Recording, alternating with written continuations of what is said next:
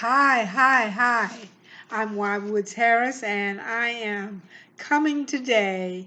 And we continue our celebration of life, liberty, and the love of Jesus Christ, who died for us to give us our freedom.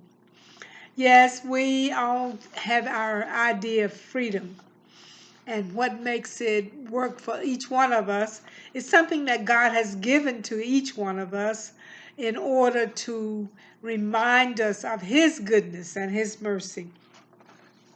The other day I was looking at some things that I needed to move from my home, and it was in the form of caps and hats. I have really all my life enjoyed wearing caps. Even my 6-month-old picture I had a cap on. So I was thinking about what God is saying about caps and about head coverings. I guess that's what I wanted to be inclusive, to talk about head coverings, because head coverings come in many different forms, whether it's you've chosen to put on a certain hat or a cap or some type of kit, as my daughter says, unit. You've decided to put on some type of hair unit. And one of the things that was so interesting to me was the way that the Bibles depict head coverings or something to do with head. And I guess this meant so much to me because one of the main things that I have said to those who will be in charge of me after I have transitioned and went on to Jesus Christ, that if indeed I did have a funeral or showing, that I would wear my gold hat just as a reminder of how good God has been in this life, and so that I could take that hat off and realize that I will be getting a new golden crown. But in many instances of the Bible, as I was looking at how I would use this and bring it in to be applicable to Wise grief community advocacy, one of the things that I saw is that in many instances of the Bible, there are ways that are different in the way that they handle or talk about head coverings. And one of the things that first came to me was the garland of grace. And you know, when I saw that word, that was one of the things that I just thought about.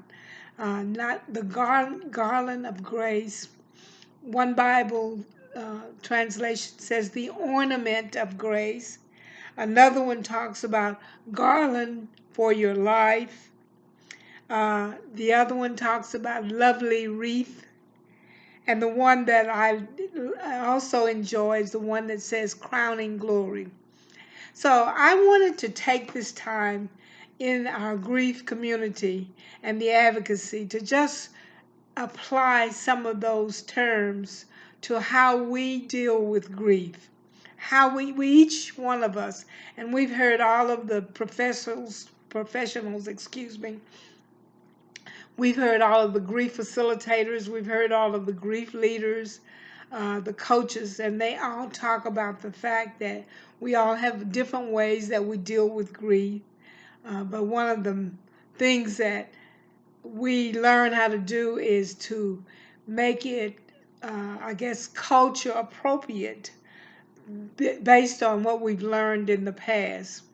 So these are the things that in the next 5 videos I hope to address, how we deal with our culture, how we deal with our learning, how we deal with our own experiences to deal with the garland of grace, the ornament of grace, the garland for our life, the lovely wreaths, and yes, our crowning glory.